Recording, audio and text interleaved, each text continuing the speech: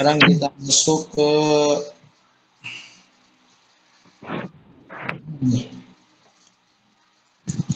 ada yang tahu Bu? Sabina? Syurutul Jum'ati Pak Ustadz. Jalan. Halaman 23. Syarat sholat Jumat. Ya. Fi surah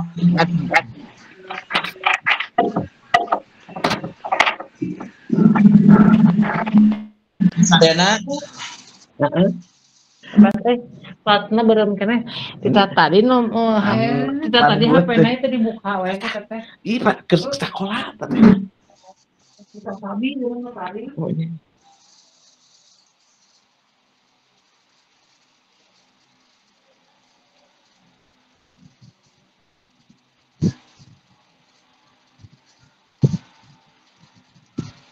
Faslun fi syurutil jumu'ati.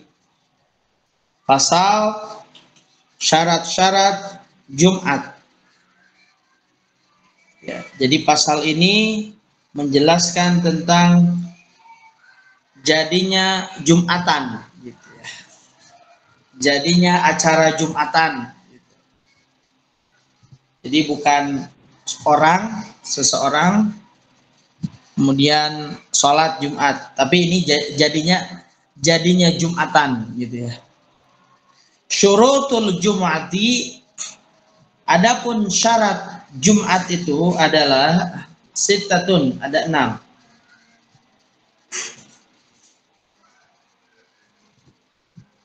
Adapun syarat Jumat itu adalah sittatun, ada 6.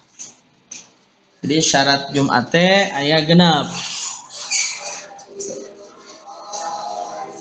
Ngajar tuh? Ya, lagi kan. Hah? Kayak mau ngis beres kan ya? Nah itu tuh, di situ tong bikinnya.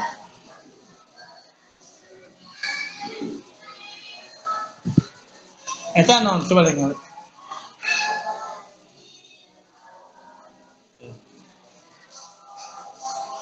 Tuh, baik.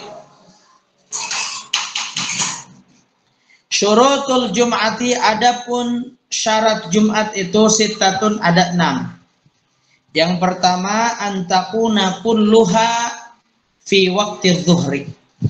Hendaknya sholat Jumat dilaksanakan di waktu zuhur. Jadi sholat Jumat dilaksanakan di waktu zuhur. Berarti kalau dia Jumatnya itu di waktu asar, ya tidak sah.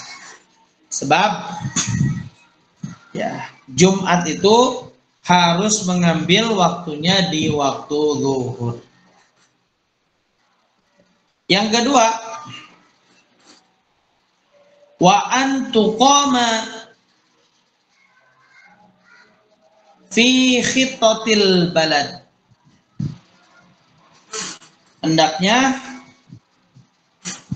Jumatan itu dilaksanakan di batas desa. Artinya, ini menurut pendapat mazhab Syafi'i, ketika pelaksanaan Jumat itu di luar batas desa, maka dia Jumatannya itu tidak syah. Contohnya seperti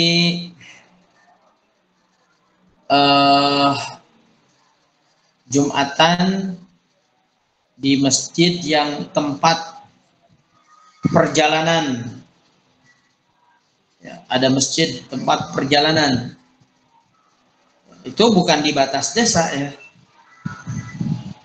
Jadi tempat safar yang di sananya ada masjid kemudian dijadikan untuk sholat Jumat, itu menurut mazhab Syafi'i tidak sesuai dengan syarat pelaksanaan. Yang kedua, wa an tusalla jama'atan. Hendaknya sholat dilaksanakan secara berjamaah. Jadi tidak sah ketika sholat dilaksanakan secara munfaridan, alias sendiri-sendiri. Ya. Yang keempat, wa ayyakunu arba'ina ahraran dzukuran balighina mustautinin.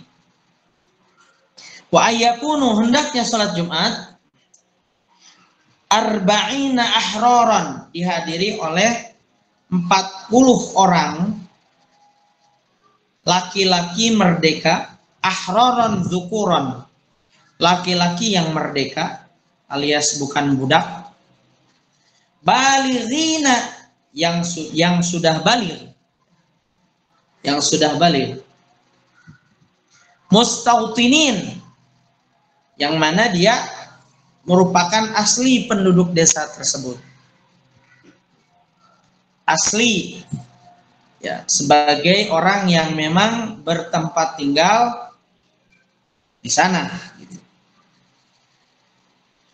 Yang berikutnya, wa alla tasbiqaha wa la tuqarinaha, ya, jum'atun fi tilkal balad.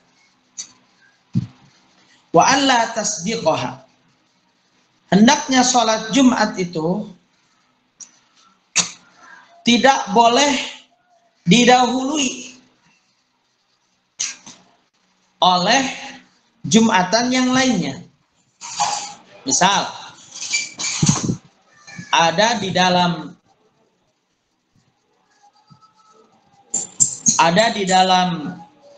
satu kampung atau satu RW, dikatakanlah ada 2 masjid besar yang dipakai untuk sholat Jumat.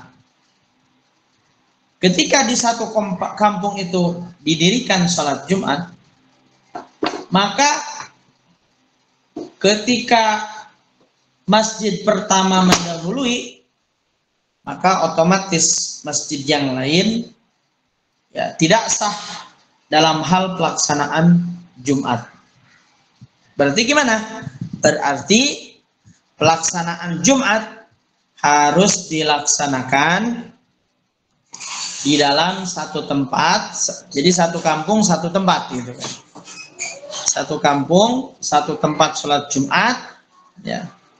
Satu kampung satu tempat sholat Jumat.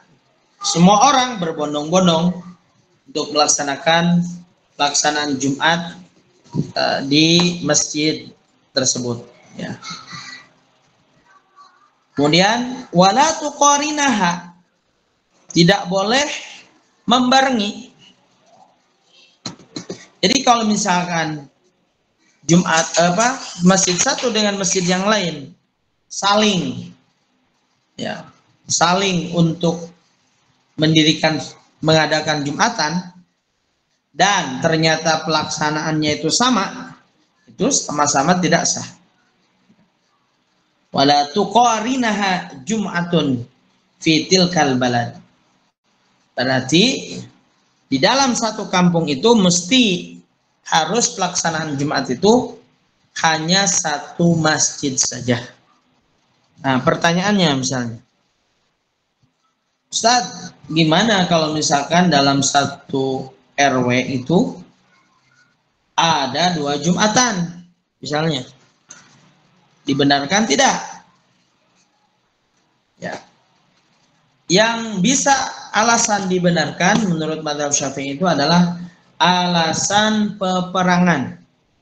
Alasan dalam artian ketika ada kampung, misalnya dalam satu RW beda RT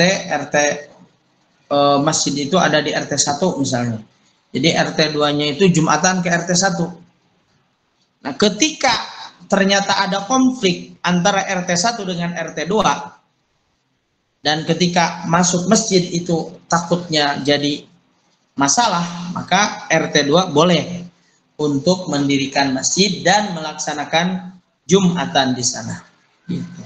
Asal mencapai 40 orang. Jadi Jumatan itu sekali lagi harus dilaksanakan dalam satu kampung,